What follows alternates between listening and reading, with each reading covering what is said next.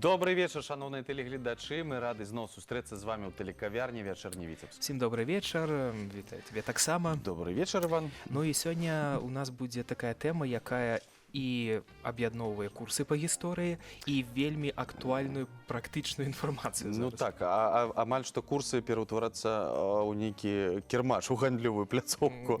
Аукцыён. Аукцыён, можна і так. Сапраўды, сёння будзем распавядаць пра сядзібы і не толькі, якія, ну што, вы можаце і набыць, Сядзібы, якія зараз... Даведаемся, хто можа і як. І ці можна. І ці можна, і што можна. Вось, але спачатку афіша.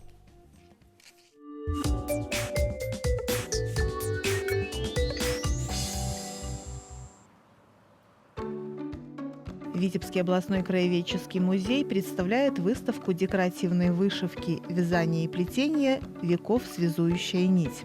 Вышитые картины, каминные краны, дамские аксессуары, предметы мужского костюма и быта дворян погружают в эпоху XVIII-XIX веков, рассказывают об образе жизни людей того времени. Выставка работает с 10 часов. Витебская областная филармония приглашает на музыкально-поэтический вечер «Зимние стихи». Начало концерта в 19:00. Национальный академический драматический театр имени Якуба Колоса представляет спектакль «Скрипки порой ведут к сумасшествию». Начало в 19:00.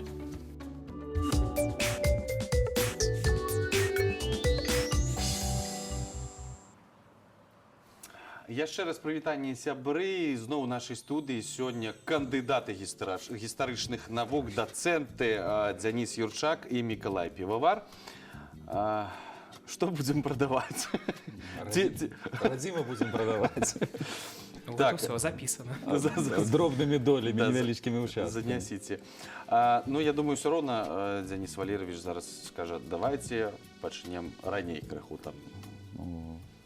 Можна і з антычнасці пачаць пры жаданні, але ўсё ж такі пачнем, напэўна, з нашага часу, улічваючы тое, што зусім нядаўна такая вялікая інфармацыйная хваля была наконт таго, як мы актыўна прадаем нашыя каштоўнасці, культурныя каштоўнасці, таму што, канешне, любая гісторыка-культурная каштоўнасць – гэта набытак усяго народа, што замацавана ў 54-м артыкуле Канстытуцыі, але пры гэтым зразумела, што ва ўсіх аб'ектах павінен быць свой уласнік, таму што уласнік у першую чаргу будзе сачыць за іх адпаведным станам, будзе іх захоўваць і тым самым будзе захоўваць і агульна народны здабытак і сваю прыватную ўласнасць. Гэта ўжо вельмі важна.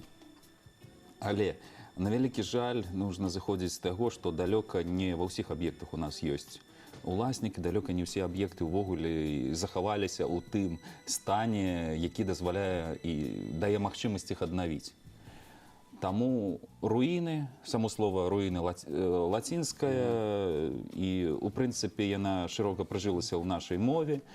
І ўвогуле руіны яны характэрны для ўсёй гісторыі чалавецтва, пачынаючы з антычнасці і завяршаючы нашай сучаснымі рэаліямі. Таму, калі паглядзець, у антычнасці руіны ўспрымаліся, напрыклад, як вялікія каменяломні. Там было шмат матэрыялу. Ну, па-першае, на той момант не было так шмат тэхнікі, якая б дазваляла без праблемаў ліквідаваць гэтыя руіны. Калі б, магчыма, тэхніка была, мы б сёння многіх славутасцей грэчаскіх, рымскіх мы б іх проста не бачылі. Але яны ёсць, і нават у руінаваным стане яны ўяўляюць вялікую цікавасць для турыстаў. А калі іх адновяць, яны такую цікавасць ужо ўяўляць не будуць. Гэта тая гісторыя, якая захавалася. І добра, што яна дайшла хаця б у такім стане, у нас ёсць магчымасць бачыць вось гэтую гісторыю. Таму, калі мы бачым руінаваныя і невыкарыстоўваемыя аб'екты спадчыны, гэта суровая рэчаіснасць, прычым гэта суровая рэчаіснасць не толькі наша. Тая ж сітуацыя можа назірацца ў іншым свеце. Па ўсім свеце, і больш таго, нават... Ну, гэта да таго, што вельмі часта кажуць, што у нас столькі аб'ектаў, і ўсе яны ў заняпадзе, але сапраўды, калі пакатацца па іншых краінах, там ёсць тыя самыя складанасці. Ну, тыя ж самыя складанасці. Увогуле руйнаванне адбываецца па двух прычынах. Прыродны фактар. Зразумела, што прырода, вятры, дажджы, перапады тэмпературы і іншыя прыродныя ўздзеянні, яны аказваюць заўсёды пэўнае ўздзеянне на каштоўнасці, увогуле на всю нашу рэчаіснасць. Але ўсё ж такі галоўны вораг усіх каштоўнасцей, у першую чаргу, чалавек, таму што чалавечы І для фактар... прыроды, і для будынкаў. Ён галоўны. Гэта можа быць і проста занядбанасць, калі той ці іншы аб'ект не выкарыстоўваецца. Гэта можа быць прымусовае разбурэнне, прычым прымусовае разбурэнне чужых каштоўнасцей падчас ваеннага канфлікту. Прыкладаў шмат, асабліва ў тых месцах, дзе адбываецца сутыкнення цывілізацый, сутыкнення суіснавання розных народаў, і асабліва калі гэта не такая трывалая мяжа, яны проста пражываюць сумесна, прычым доўгі час, і любое абвастрэнне оно вядзе да страты сваёй культурнай каштоўнасці. Больш таго, былі прымусовае знішчэнне, нават у тым жа сярэднявеччы мы назіраем, калі у Англіі ішла барацьба з каталіцкімі ордэнамі, па загадзе караля актыўна знішчаліся, разбураліся манастыры. І гэта прывяло да таго, што яны паступова руйнаваліся і захоўваліся не ў самым належным стане, і добра, калі хоць у якім-небудзь руйнаваным выглядзе яны дайшлі да нашых дзён. Таму нармальная з'ява, ну як нармальная, больш звычайная з'ява, нармальная, не самае лепшае слова, якое гэта характарызуе. Больш таго, у нас руйнаванне, ёсць прыклады, калі ў той жа Брытаніі, дарэчы, руйнавалі, спецыяльна руйнавалі старажытнасці дзеля таго, каб не плаціць падаткі. Калі няма даху, гэта ўжо не лічыцца аб'ектам нерухомасці. Зразумела, што А у нас зараз так можна? У нас свая спецыфіка ў заканадаўстве. Калі яно зарэгістравана як нерухомасць, яно ўжо з'яўляецца аб'ектам нерухомасці. Але тым не менш, вось уявіце, гаспадары гістарычных будынкаў спецыяльна здымалі дах. А што такое будынак без даху? Гэта галоўная прычына зацікання вады. І зноў ж такі іншае ўздзеянне прыроднае. Гэта вядзе да паступовага разбурэння. Таму руіны ўсё ж такі паступова сталі характэрнай з'явай чалавецтва, і чалавецтва па сутнасці існавала побач з гэтымі руінамі, але доўгі час яны не ўспрымаліся як каштоўнасць. Ну гэта было штосьці так, што засталося ад мінулага і што асабліва не цікавіла. Ну калі толькі рэальна здабыць там будаўнічы матэрыял. Карэнным чынам усё змяняецца спачатку эпоху адраджэння, калі нараджаецца цікавасць да перыяду антычнасці, і вось антычныя руіны становяцца ўжо, уяўляюць пэўную гістарычную цікавасць. Гэта тая частка гісторыі, якая высоўваецца на першы план. Потым такое ж стаўленне пачынае з'яўляцца і да сярэднявечча, і гэта карэнным чынам змяняе падыходы ўвогуле да руйнаваных і занядбаных аб'ектаў. Плюс перыяд асветніцтва, романтызм. А романтызм, ён, тыя ж паэты, мастакі, яны пачынаюць усхваляць, васпяваць гэтыя руіны. Таму што гэта прыгажосць, гэта, скажем так, тое, што засталося ад далёкіх продкаў, ад тых часоў, калі ўсё было добра, спакойна. І праз гэта, праз романтызацыю руін, карэнным чынам змяняецца ўвесь падыход да падобных аб'ектаў. Праўда, пры гэтым у нас усё новыя і новыя руйнаваныя аб'екты па тых же самых прычынах паступова з'яўляюцца. Стаўленне да руін зараз самае рознае, да руйнаваных і занядбаных аб'ектаў. З аднаго боку, аб'ект можна аднавіць. Праўда, пытанне далёка не заўсёды мы можам аднавіць у першасным выглядзе. Ну, далёка за прыкладам хадзіць не будзем. У нас ёсць духоўскі круглік. Стаяла пытанне пра магчымасць аднаўлення славутнай вежы, каменнай вежы замка Альгерда.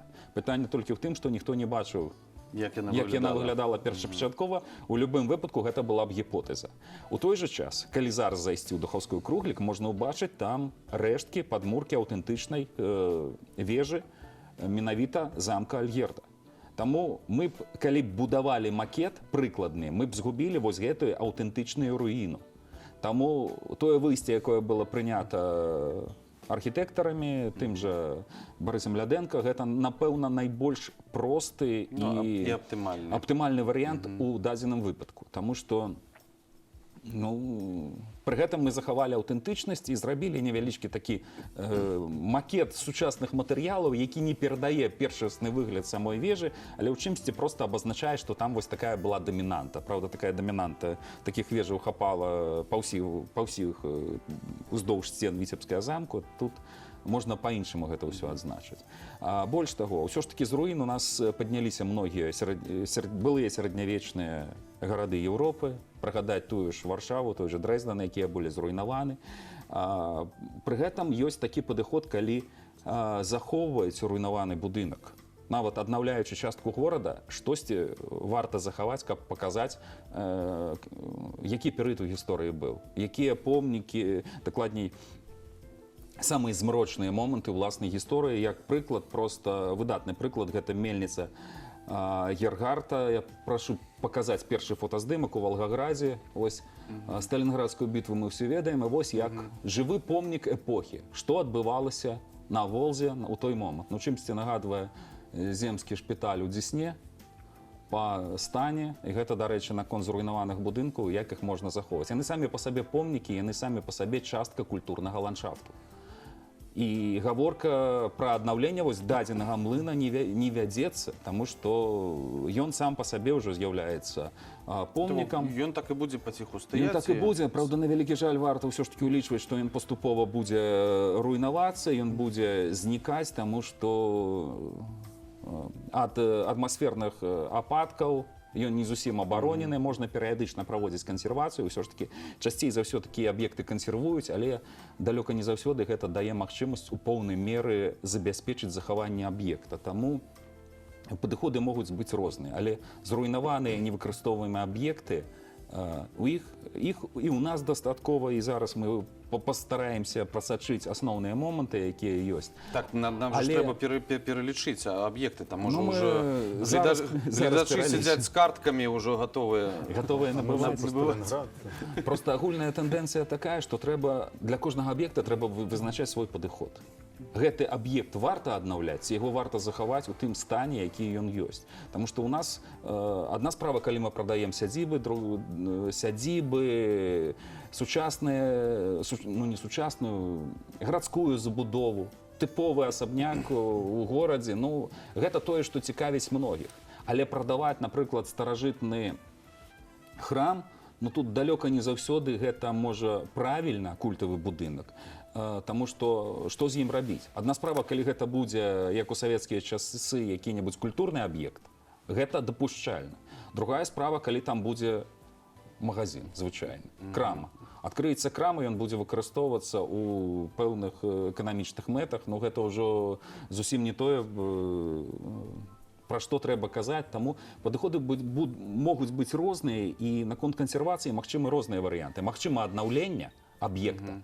Пры гэтым аднаўляючы, яшчэ раз варта памятаць, што многае прыйдзецца згубіць аўтэнтычнага. Далёка не ўсе сцены вось такія ў зруйнаваным стане, яны здольныя захавацца, і іх можна выкарыстоўваць у далейшым. Таму часцей за ўсё, калі гаворка вядзецца пра аднаўленне, трэба ўлічваць, што частку прыйдзецца згубіць і аднавіць з нуля. Гэта сучасная, гэта рэчаіснасць, ад якой не адысці. Калі казаць пра кансервацыю, магчымы варыянты, і ёсць добрыя прыклады, я папрашу паказаць фотаздымкі другія, прычым фактуру у чымсьці і нашу, можна. Ну вось мы бачым Брэст, брэсцкая крэпасць, гэта былы белы палац так званы, дзе быў падпісаны брэсцкі мірны дагавор. Мы бачым руіны, якія зверху пакрыты спецыяльным растворам. Бачым друю. Вельмі проста. Дах над асноўнымі нясучымі сценамі, гэта ўсё захоўваецца. Гэта смаляны. Таксама бачым усё ж такі фрагмент даху у сярэдняй частцы царквы ёсць.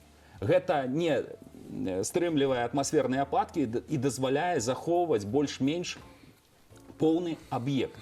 Таму з большасці руін ўсё ж такі, калі вось паглядзець на гэта, можна такую практыку выкарыстоўваць, таму што невялічкія сцены дастаткова банальна замазаць цэментным растворам са спецыяльнымі дамешкамі, перыядычна гэта рабіць, каб вада не трапляла ўнутр кладкі і не разрывала гэтую кладку. Заўсёды можна параіцца са спецыялістамі ў дадзенай галіне, з архітэктарамі, якія могуць рэкамендаваць, як прасцей за ўсё гэта зрабіць. Ці можна пайсці шляхам другі?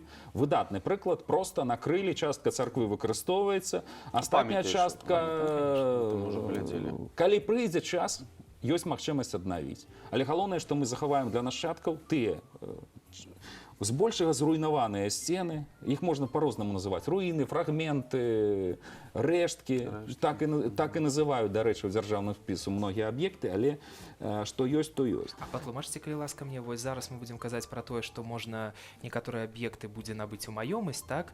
Але гэта азначае, што можна набыць з мэтай кансервацыі. Вось я, напрыклад, магу набыць гэты аб'ект Кансерву. і закансервіраваць яго. Закансерваваць, у Ці гэта прынцыпе, паве- гэта ўжо жаданне ўласніка. Ці гэта дзяржава робіць? Вось гэта мне патлумачыце.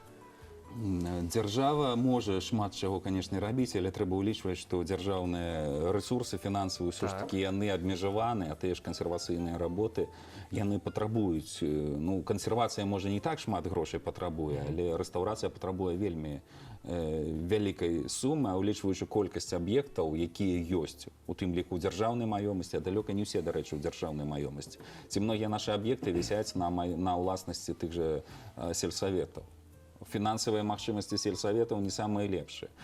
Грошы вылучаюцца, але яны вылучаюцца паступова, таму што калі ўсё адразу кінуць па дробязях на усе аб'екты, мы атрымаем тое, што мы нічога не захаваем. Таму праца вядзецца паступова, але пажадана, каб тыя аб'екты, якія ў нас зараз ёсць, яны дажылі і дачакаліся сваёй кансервацыі, дачакаліся свайго аднаўлення.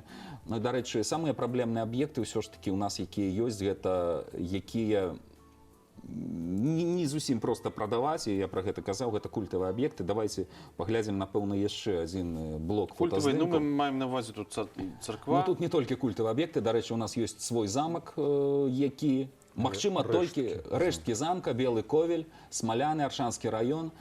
Тут магчыма весці гаворку толькі пра кансервацыю. Ну, вось бачым культавыя будынкі, дамініканскі касцёл у тых жа Смалянах. Вось яны, абодва аб'екты, якія прысутнічаюць. Вось гэта таксама ён пустуе, так? Гэта белая царква.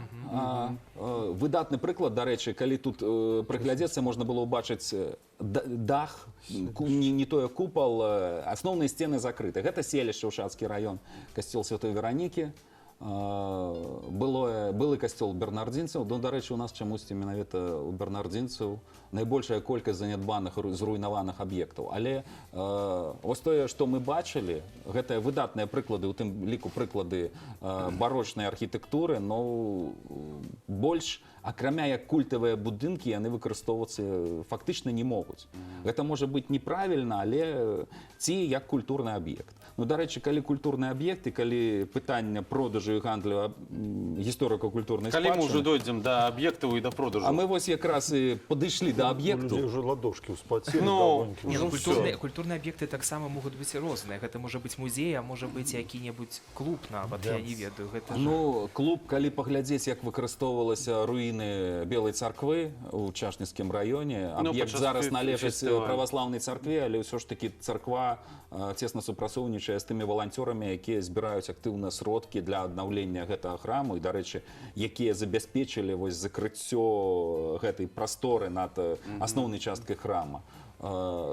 Там праводзіцца фестываль справа за кошт валанцёраў з Мінску, і рэгулярна яны за кошт гэта, па-першае, прыцягваюць увагу да аб'екта. Аб'ект унікальны, на паўвыспе, пасярод возера, вось ён прыцягвае ўвагу, і гэта з аднаго боку развіццё ўнутранага турызму, і не толькі ўнутранага, а з другога боку гэта прыцягненне увагі і патэнцыйных інвестараў для аднаўлення гэтага унікальнага храма насамрэч. Таму аб'ект звязаны з многімі вядомымі асобамі, і дай Бог, калі што мы дажывем да таго часу, калі Белая царква ўсё ж такі будзе выкарыстоўвацца, ну, Миколай Васильевич, нешта скептычна мне падаецца, не? Не, я там быў, мне вельмі спадабалася, але месца прыгожае. На галоўнае. фестывалі месца прыгожае, а хто былі? туды будзе хадзіць? Ну, Гэта пытанне ж вельмі вось... далёка. Вельмі далёка ад бліжэйшых населеных Населеных месцаў. пунктаў. Да. Таму гэта другая праблема. З аднаго боку прыхажан не так шмат, а з другого боку і сама царква, яна можа і прыйшла умоўна, але сродкі ва ўсіх абмежаваныя, трэба ўлічваць і гэта. Таму і часам прасцей пабудаваць некалькі новых цэркваў з нуля па сучасных падыходах, сучаснымі падыходамі, сучаснымі тэхналогіямі, сучаснымі будаўнічымі матэрыяламі, чым аднаўляць вось тое, што ёсць. Ну, ўсё ж такі і захаванне культурнай спадчыны таксама важна. Таму многія руйнаваныя храмы, можа, яны так і застануцца, пытанне толькі ў тым, каб яны менш разбураліся. Вось тут з брэсцкім падыходам ці з друзькім падыходам, тое, што мы бачылі, гэта найбольш простае выйсце. Галоўнае, каб нічога не абвалілася, у тым ліку на тых жа турыстаў, якія наведваюць. Але і сам храм не быў разбураны. Тут трэба заўсёды шукаць кампраміс, і гэты кампраміс магчымы толькі ў выніку прапрацаванай работы па кансервацыі аб'ектаў. Ну а наконт продажу культавых аб'ектаў ўсё ж таки увесь сыр-бор за апошні час падняўся наконт продажу ў Віцебску руінаў былой вялікай любавіцкай сінагогі. Я больш таго скажу, што вялікая цікавасць з'явілася з боку некаторых патэнцыйных інвестараў.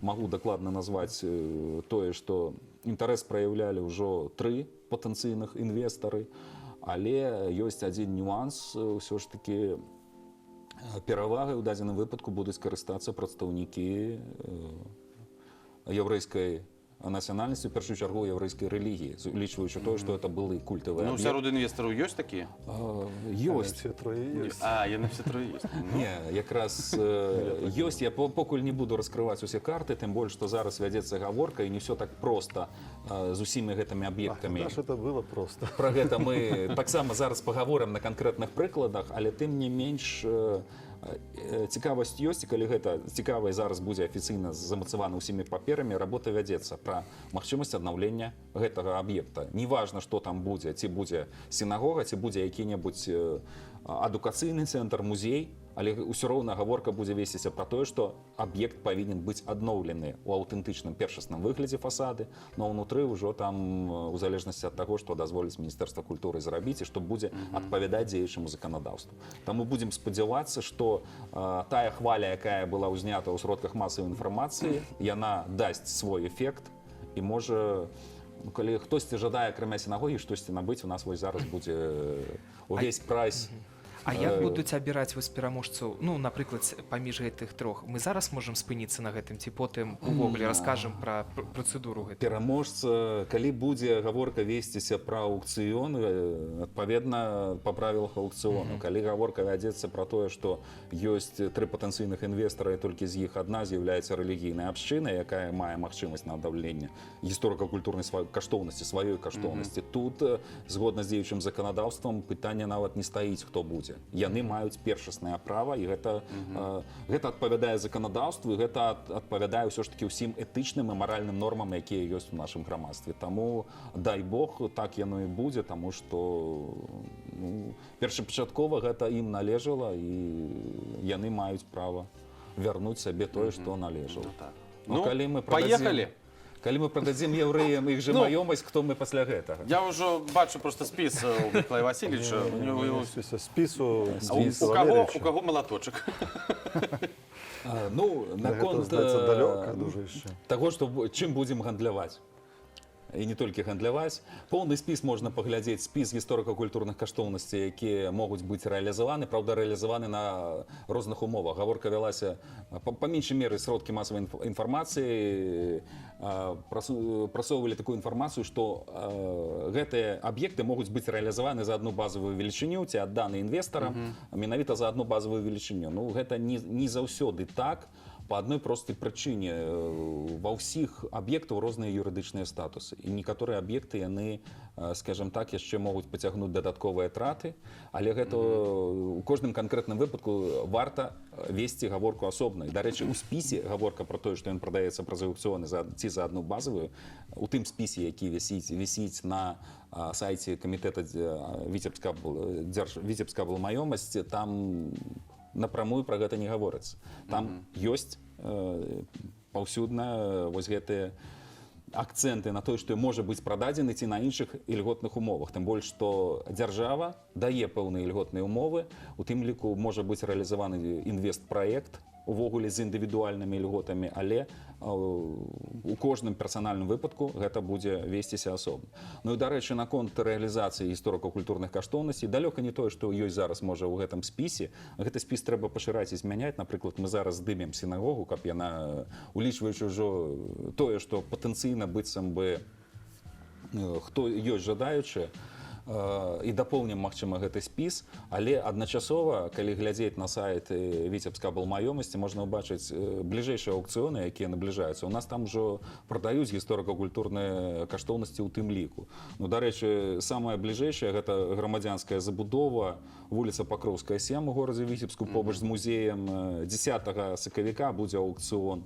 І гэта 25 сакавіка у Оршы прадаецца будынак былой жаночай гімназіі па вуліцы Міра 6. Вось грамадзянская гарадская забудова, гэта цэнтр горада. Гэта тое, што таксама патэнцыйна можа цікавіць інвестараў. І з'явяцца яшчэ новыя аб'екты. Таму што Ну, то бок, гэта не за одну базовую, адразу кажу. гэта аукцыён. Калі гэта не будзе пакупнікоў, паступова кошт будзе змяншацца, але калі ўвогуле нікога не будзе з жадаючых, там можа быць і за одну базовую.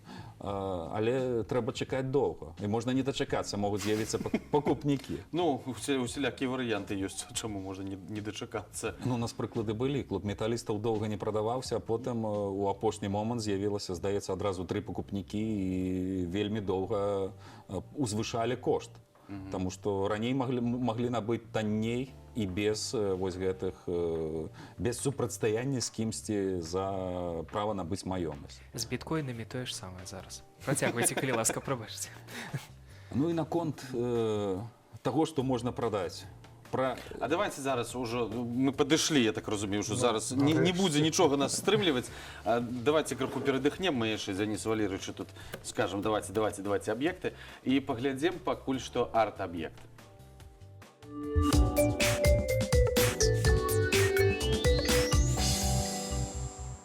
В самом сердце Витебска, между изломанных городских улиц, стоит невысокое здание, выстроенное в стиле ампир.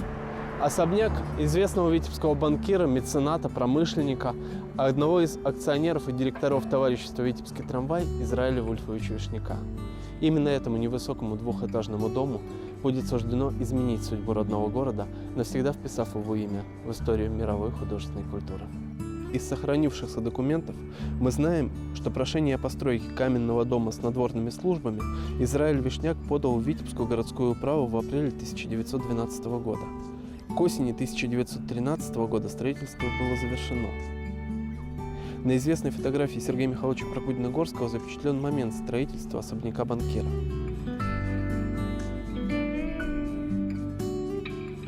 В Государственном архиве Витебской области хранится опись домовладения Израиля Вишняка. Лицевой, двухэтажный, с полуподвальными помещениями каменный, ход парадный с боковыми колоннами и зонтом, печь при входе голландская изразцовая.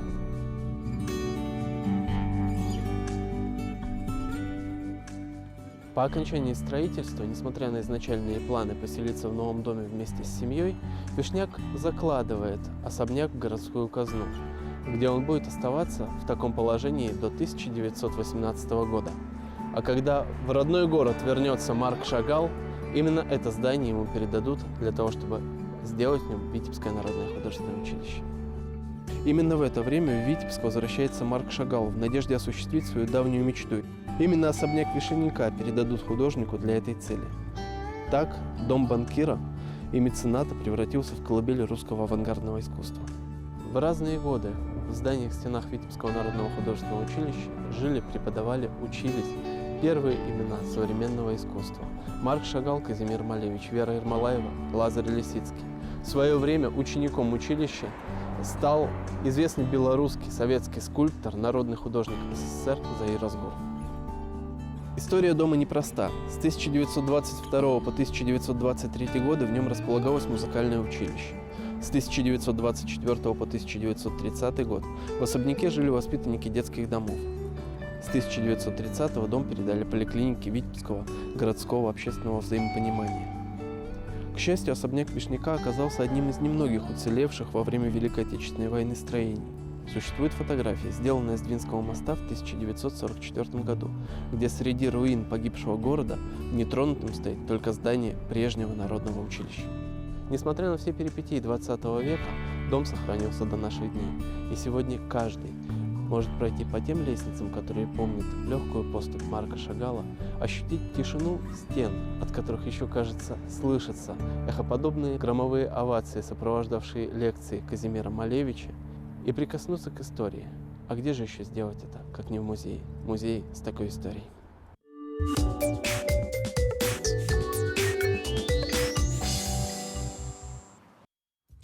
Так, ну что ж, Працягваем наш спіс, што можна набыць і што можна Але трэба папярэдзіць, што зараз мы бачылі арт-аб'ект, які не не прадаецца. прадаецца.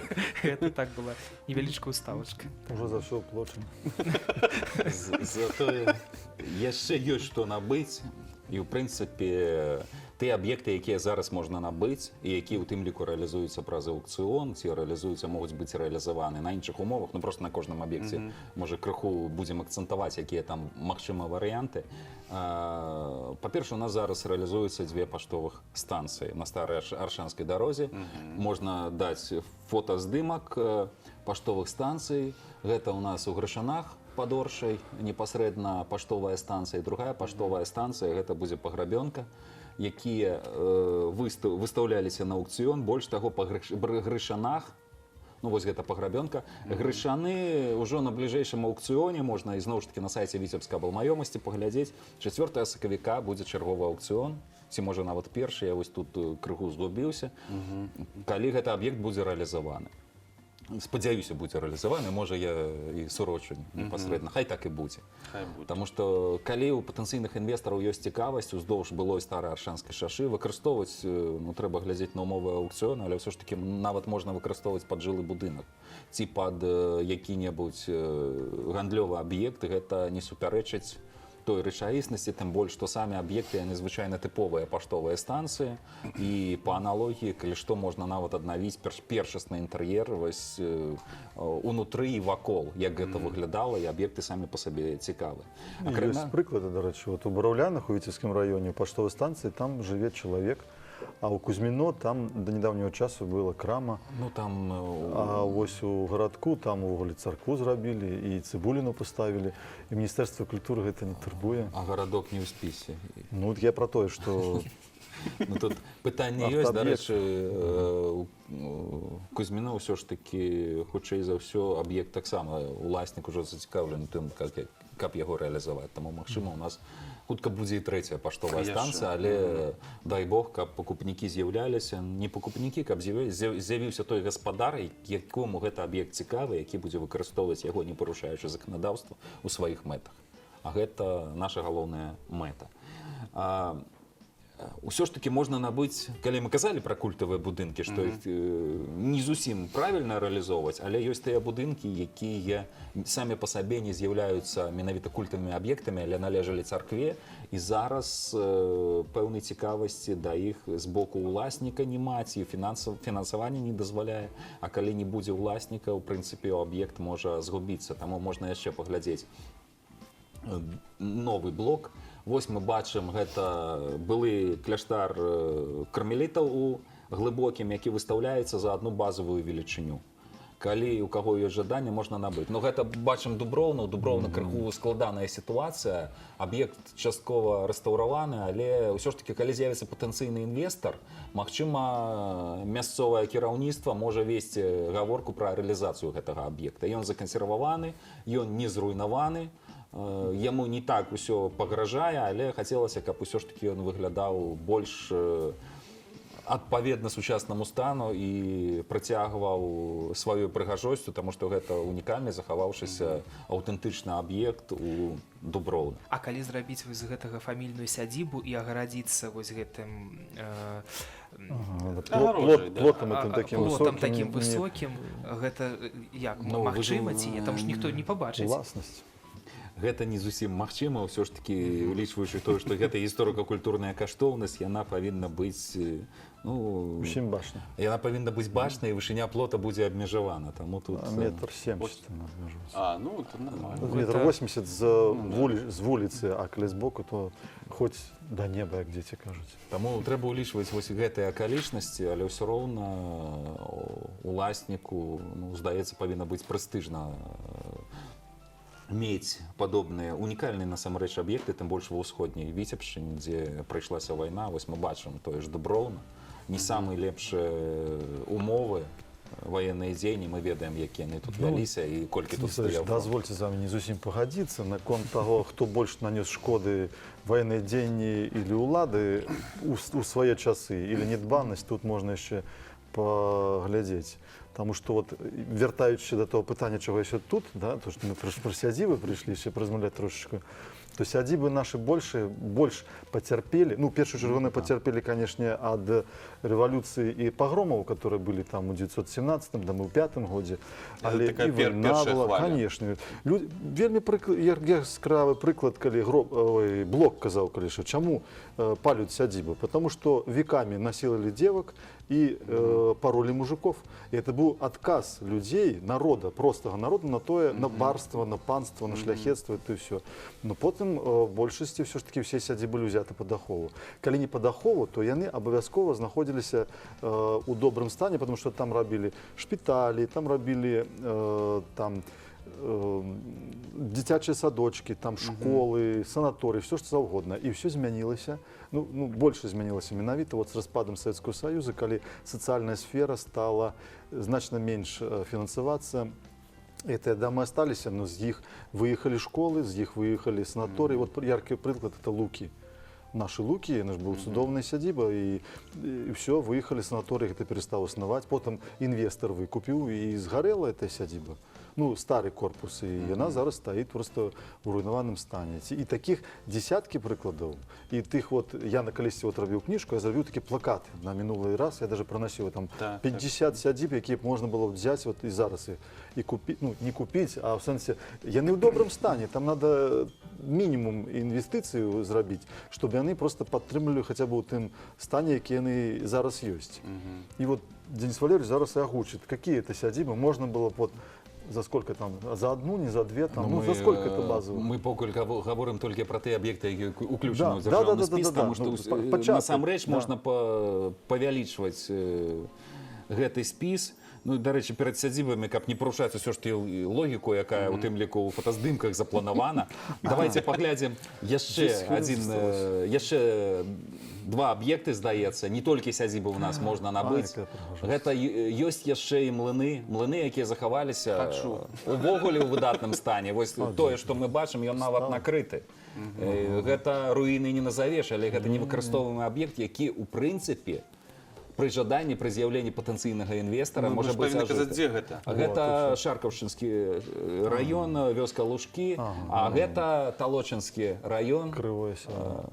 Дарога на круглая, непасрэдна побач Друск, старажытны горад. І непасрэдна ля самай трасы стаіць такі цікавы аб'ект. Ну, чым ён цікавы? Ён можа, канешне, не ў самым зараз такім прыстойным стане, але яшчэ недавно, ну, адносна недавно на ім быў дах, і ён не ў самым разбураным стане. Больш таго, падобны аб'ект, напрыклад, выдатная магчымасць набыць маёмасць у водаахоўнай зоне. І тут уже нічога не прыдумаеш, гэта гісторыка-культурная спадчына, яго не перанясеш. Гаворка можа весціся толькі пра аднаўленне. Вось як можна абыходзіць некаторыя, скажем так, сучаснае заканадаўства, пры гэтым не парушаючы нічога. А аб'ект побач з трасай мог бы выкарыстоўвацца ў самых розных мэтах і як Кавярня. Як кавярня, Матэльчык. як можна і аграсядзібу. Столькі паверхаў. Ну, Ён і быў таким, там же жили люди, і, ну, багатыя людзі, а потым што-то здарылася. Ну, я з мясцовых жыхароў. Ну, аб'ект выкарыстоўваўся, быў патэнцыйны інвестар, але потым гэтую уласніцу, ну, яна была знойдзена забітай. І ў выніку пасля ўсё... І ў Іванску то ж самае, у сядзібе яны зрабілі, але потым нешта здарылася. Карацей, берагчы трэба патэнцыйных інвестараў. Ахоўваць трэба іх таксама, чтобы яны хоць аднаўлялі нешта. Не толькі будынкі І гэта пад не аховай жарт, павінны это быць, а так, і так. інвестары.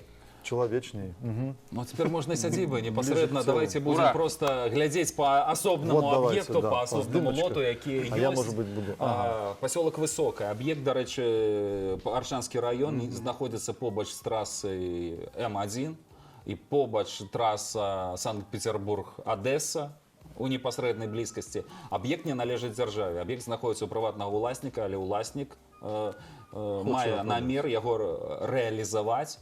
Пэўны час нават тэлефон быў, можа ён і зараз вісіць непасрэдна на самой сядзібе. Сядзіба яшчэ цікавая тым, што не толькі, скажем так, геаграфічна зручна знаходзіцца ля важных транспартных артэрый, побач знаходзяцца ўсе камунікацыі, побач знаходзяцца жылыя дамы, якія маюць газ, вадаправод і гэтак далей. Таму тут гаворка пра тое, што не трэба далёка цягнуць. Усе асноўныя патрабаванні сучаснай цывілізацыі ёсць побач. І гэта павышае цікавасць да гэтага аб'екта. Ну і сам аб'ект вельмі цікавы. Вы бачылі, ну калі бліжэй, канешне, паглядзелі, то гэта помнік цудоўнай архітэктуры эклектыкі. Это пачатак 20-го стагоддзя, вельмі прыгожы. І яшчэ это гістарычная каштоўнасць. Там у 28-м годзе праводзіў першы з'езд камуністычнай партыі заходняй Беларусі. Ну, гэта, можа быць, зараз уже не дужа хваліцца. Палякі туды могуць прыязджаць проста паглядзець на тое, дзе адбывалася, ну, калі так, дэструктыўная для іх, напрыклад, падзея. Але для нас гэта быў важны аб'ект, тому што дзякуючы дзейнасці той же самой КПЗБ мы калісьці і аб'ядналіся. Мы жывем зараз у аб'яднанай Беларусі. І там яшчэ, я скажу, цудоўнейшы парк. І там вельмі добра захаваліся пасадкі. Вот я вот пасля сядзібы, у меня вялікая любоў Якія да саджанцы паркаў. адтуль прывезлі? Не, саджанцаў мы не прывезем, тому што там ужо дрэвастой стары. Але падсеў, конечно, можа быць вельмі прыгожы. І побач там яшчэ две сядзібы. І Межава, і Юрцева. І абедзве ў добрым стане, таму калі вот быў бы нехта той высокае, то было б цудоўным кластэрам. То есть прыязджаеце ў высокае, а заадно паглядзелі і адну, і другую, і трэцюю. І Смаляны побач, да-да-да, і там, ну, карацей, это цудоўны аб'ект. Давайте другі, напэўна, аб'ект, комплекс сядзібы Нядведскіх, Нізгалава, там кузня не мае ўласніка. Як бачым, Гэта дзе ў нас? Кажам гэта адразу. Бешанковіцкі раён. Сядзіба двор Нізгалава, у сядзібы ёсць уласнік, але на вялікі жаль гэты аб'ект яму не належыць, і ён покуль з самой сядзібы не можа справіцца. Ну, патэнцыйна можна аграсядзібу што заўгодна зрабіць. Давайте наступны, напэўна, цікавы аб'ект, не менш цікавы. Ну вот он Вельмі вельмі добры лаўчынскі. з другого боку был Так? А больш зараз з эффектны. другога боку, вось мы Ну, бачым з другога засвіні. боку і бачым побач возера. Слупы прыбраць, это найпрыгожый. Я вот калі такі, А мы там дарэчы, былі. прыязджаеш туды, вот, і мне, напрыклад, это адразу нагадвае, вот, калі паказваюць які-небудзь там амерыканскі фільм, і вот там пачатак 18-го стагоддзя, і ты вот рабаўладальнікі, вот эти вот высокія колонны, фронтоны, такі вот паўднёвы стыль. У нас такіх нідзе няма. Я вот самую першую бачыў, вельмі прыгожа. Былі б грошы, бліжэй бы жыў, я б набыў. Аб'ект цікавы тым, што Да-да-да. побач возера, побач Побач мяжа Еўрасаюз. А яшчэ ж вельмі цікавая Вельмі гісторыя. Там Належала лесвіца крыніца, з да. Належала белага. яна там ужо ва Ўжэцкаму, ён сам ее збудаваў. Это зноў жа это вялікія інвестыцыі пад палякаў, калі б толькі далі, дык яны б, наверное, зрабілі. Ён быў кіраўніком паўстання Тадэвуша Касцюшкі, пасля таго, як Тадэвуш Касцюшка быў цяжка паранены, ўзяты ў палон. Ён працягваў абарону Варшавы і таксама быў узяты ў палон. І 2 гады сядзеў у Петрапаўлаўскім равеліне. Але Павел II яго вызваліў за чэснае слова і вярнуў назад. І вон тут, прыехаўшы ў Відзы, ён стаў рабіць эту сядзібу ў тым выглядзе, якая ёсць. І, дарэчы, слова ён стрымаў, не ўдзельнічаў у вайне 812 года на чале, ну, з Наполеоном, хаця мог бы гэта зрабіць. І потым, пасля смерці, калі яно перайшло ўжо спачатку сваякам, а потым уже іншым гаспадарам, да, там знайшлі серныя крыніцы, і там зрабілі курорт. Там было 60 ванн. Гэта курорт 19 стагоддзя. Да. І ён доўгі час працаваў. Там разам не толькі ванны былі, там былі і каталі на конях, там і гульні. То есть на ўзроўні, ну, Баден-Бадена, калі хочаце, там якіх от тым. Ну, Але канкурэнцыя, гэта курорт, клімат не той, які і меў інвестыцыі. назву Лазенкі. Больш Лазенкі, таго, да. зараз комплекс зарэгістраваны афіцыйна, і ён прапануецца патэнцыйнаму інвестару пад рэканструкцыю, пад будаўніцтва санаторыя з улікам вось усіх тых нюансаў і у тым ліку славы, якая была за гэтым курортам у 19 стагоддзі. Так што аб'ект вельмі цікавы. Наконт санаторыя я вот не ведаю, я не інвестор, канешне, але для санаторыя на малаватыя. Вот калі ўжо нейкі гатэль там з умовамі, то да. Ну, там прадаецца некалькі будынку, агульная плошча таго, што бачыце, рэалізуецца слухайце, 1120 квадратных метраў. Не пацягнем. Тая сядзіба троху Не пацягнем. Ну, ёсць другі варыянт, Можа, больш гэта- просты. Давайте, можа, наступная. Гэта сядзіба вопытная, ну, дакладней не Пегосава. больш просто. Уладання Нітаслаўскіх, другая палова 19 стагоддзя, на вялікі жаль захавалася вось у такім не самым прыстойным. Але там побач ёсць Прыстойным архітектурним вигляді. Цудовних, у добрій захованості ще будинків. Господарчі будинки мають уласника, і вони використовуються по от своїм так, прямим призначенням Все. зараз, як господарчі будинки фермерської господарки. Ну, до речі, виглядає жудосно, але нема в основному даху. Стіни, Трошку стіни один нема, да. поверх усе ж таки був. Ось гэты прибудови збоку, яны одноповерхові, тому тут не так жудосно і розбурено. Питання, куди? Яно у паміжній зоні. Тут будуть складаності і для туристів. Ну, гэта для многих об'єктів А може. ще можу сказати докладно, що воно відомо тим, ну, могло би бути відомо тим, що там би народитися мог я. Там в свій час був технікум Можно ветеринарний. же Там тут моє мог бы народиться. Але за це навряд чи притягне потенціальних Ну інвесторів. чому? Головне ж легенду, якщо і замутить якою, Для все. цього мені треба стати легендою. Ну, Давайте далі. Да. Далі поглядзім яшчэ некалькі аб'ектаў. ось, Гэта подивіться. азярцы, гэта сядзіба, якая належыць сельскагаспадарчаму прадпрыемству. Гэта Зараз Глыбоцкі. Глыбоцкі Так, раён да, зараз не самое выкарыстоўваецца, але аб'ект можа быць рэалізаваны. Давайте і наступны адразу, таксама Залесся, граф Моллі, гаспадарчая пабудова былой сядзібы, аб'ект зарэгістраваны, аб'ект агульнай плошчай 333 квадратных метры, ён можа быць рэалізаваны у тым ліку для будаўніцтва аграсядзібы, напрыклад. Вельмі прыгожы І там парк побач быў невялічкі, але ну, досыць добры прыгожы, але там нейкую высечку зрабілі ў 9-м годзе. Так, несанкцыянаваную. Хаця там, дарэчы, рос самы вялікі ціс ягадны ў нашай краіне у свой час. Давайте яшчэ наступны аб'ект. Камянполля, Міёрскі раён. Ось сядзіба, якая ёсць. Ну, на першым плане, канешне, кідаецца ў вочы цэгла, але гэта... Хай это не пугае, яна была драўляная і Гэта абкладзена дрэва ўжо сілікатнай цэглай ўжо ў нашы часы. нашы часы. Там самую каштоўнасць, канешне, уяўлялись будынкі стайні, канюшні, зроблены ў неагатычным стылі, они таксама зруйнаваны. Там вельмі цікавая гісторыя, дарэчы, от будаўніцтва самой сядзібы, от як гісторыя чалавека, калі памёр бацька, пакінуў траіх дзяцей не зусім маленькіх, а вось сын, ён, як толькі яму споўнілася 16 гадоў, ён тут стаў актыўна працаваць, рабіць сядзібу, прадаў лес, спецыяльна для гэта была выкапана канава, чтобы сплаўляць ее ў дзвіну, і такім чынам ён разбагацеў і зрабіў тую самую сядзібу. А потым в гэтай сядзібе яшчэ быў чэх, такі прыязджаў, Адольф Чэрны такі, вот ён там запісаў некалькі дзесяткаў беларускіх песень і паданняў, якія для нас зараз з'яўляюцца фактычна каштоўнымі. Наступную давайте сядзібу. Асада Дзедзіна, таксама Міёрскі раён. Будынак некалькі раз выстаўляўся на аукцыён, нават адзін аукцыён прайшоў з поспехам, але на вялікі жаль той, хто выйграў гэты аукцыён, ён не выканаў свае умовы аукцыёну, і на вялікі жаль будынак ізноў рэалізуецца. Хаця агульная плошча пабудовы 19 стагоддзя 772 квадратных метры. І наступны давайте адразу. Лявонпаль. Ого.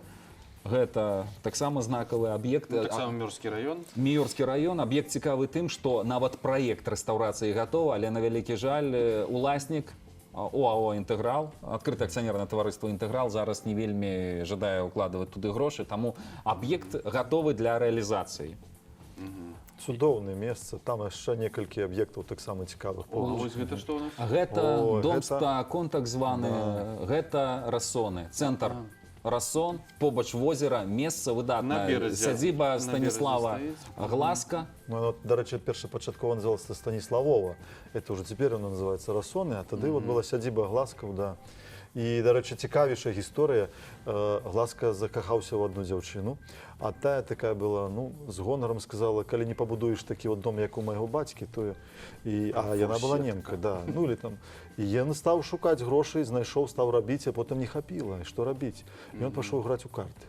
І выйграў гэтую кошт. Ну, это нехта там дапамог яму, ці што, божанька, ці ў выніку вот мы такі маем. І, дарэчы, вельмі прыгожа, ён так зараз не выглядае, калі паглядзіш на старых здымках, это просто вот стары нямецкі стыль. Яго мясцовая так называюць замак, ніяк па-іншаму. 830 квадратаў, аб'ект выстаўлены на продажу, зарэгістраваны афіцыйна як нерухомасці, можа быць Ну, рэалізаваны. вот яго менш, між Таму іншым, тут найбольш верагоднасць таго, што гэта проста набыць афіцыйна ўсё аформлена. і ў цэнтры, і цудоўны стан. І возера побач, Там адразу буквально- выхад на возера. Там даже в гэтым сэнсе, што тут самая лепшая захаванасць. Буквально не так давно просто выехалі, там быў дом, как это, позашкольной творчести. Там шмат чаго было. Пионерской. Ой, там и турма была, и...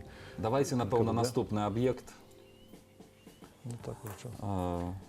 Сядзіба Беліца, Сенінскі раён. Пра гэта казаць не будзем. 17 кастрычніка 19 года Александр Барановскі тут расказваў, можна паглядзець тое, Так, у нас было так. падрабязнасці непасрэдна пра гэтую сядзібу, але яна на вялікі жаль таксама была прададзена, але з-за смерці інвестара. Гэта Оболь. Это Вежа. Нет, это та самая гэта Всё яшчэ яшчэ Беліца, Сенінскі раён. гэта ўсё Давайте Беліца. адразу наступная Беліца, таму што мы абмежа у Беліцы. Ну, Обаль. это- Обальская сядзіба, Шуміленскі раён. Не адпавядае. А вось А вось А вось сучасны уже стан. адпавядае. На вялікі жаль, будынак не ў самым лепшым стане, хаця патэнцыйна ён можа быць адноўлены, але мы бачым, што гэта руіна. На фоне тых жа расон, ну, на вялікі жаль. Прычым это ўсё на маіх вачыма, калі пачынаў ездзіць і вазіць туды дзяцей, яшчэ можна было зайсці на другі паверх, і яшчэ леў ляжаў.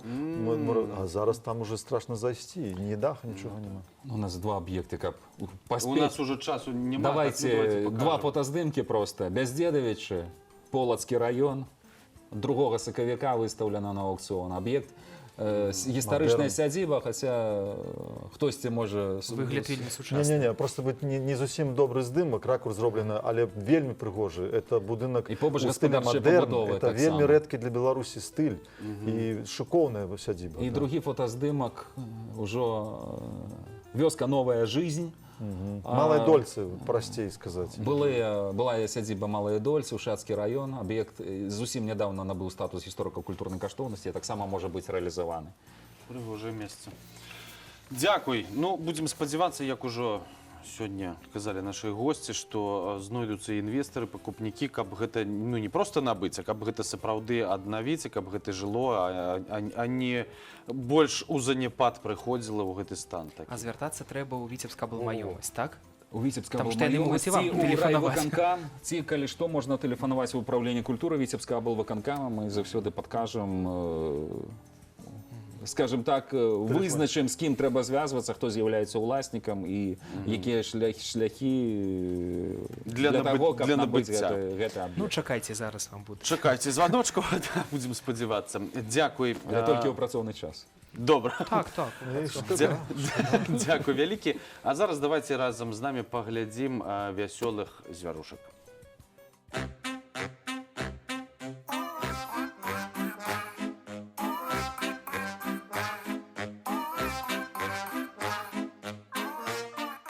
Всем привет! Меня зовут Саша Каринман, и это рубрика «Мир не без добрых зверей». Рубрика для того, чтобы вы могли отвлечься и отдохнуть вообще от всего. И для начала просто посмотрите басню «Хаски и утюжок для волос».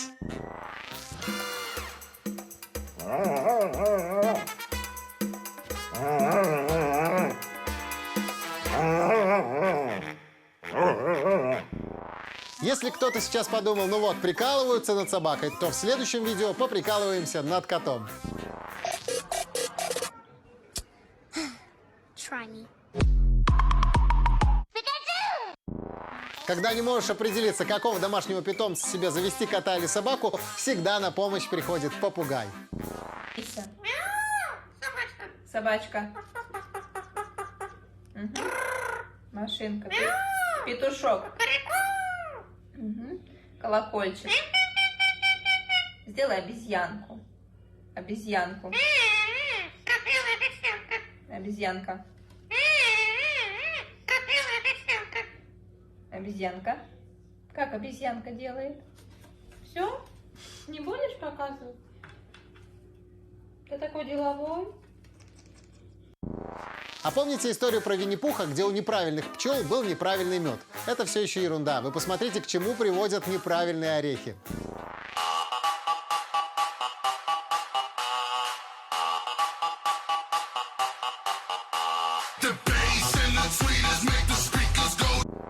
Кстати, если у вас также есть прикольный домашний питомец, мы ждем видео с ним в наш инстаграм Беларусь4 Витебск. Присылайте, и мы покажем его в следующей программе. Заходи. Ай, уронил. Ну что ж, друзья, на сегодня все. И в завершении по традиции вас ждет небольшой музыкальный номер.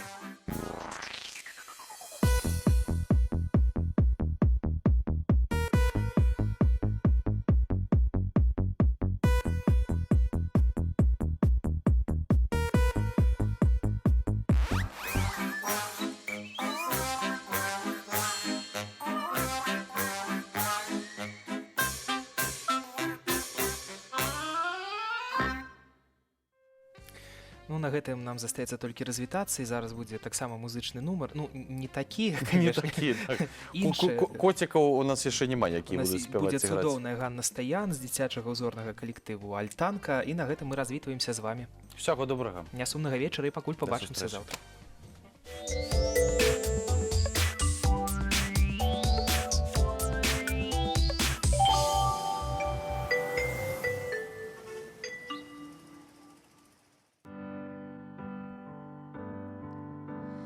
Как тебе сказать, что я люблю?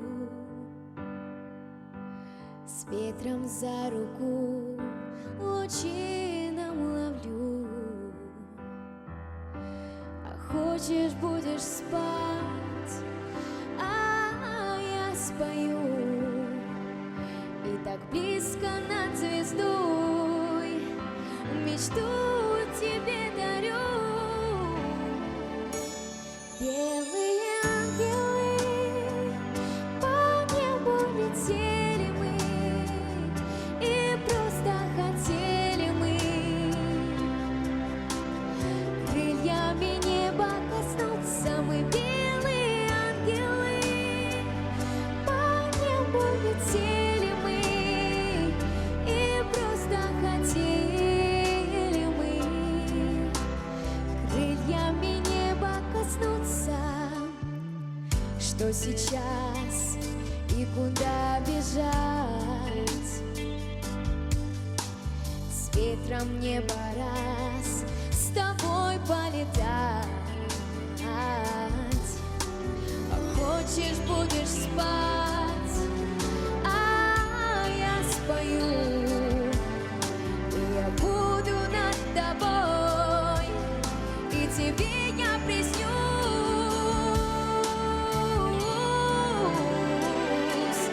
Белые ангелы, по небу летели мы, и просто хотели мы крыльями неба коснуться. Мы белые ангелы, по небу летели мы, и просто хотели мы крыльями неба коснуться. И я научусь вместе с ветром летать. Буду очень мечтать о тебе и о нас. Я же просто мечтаю.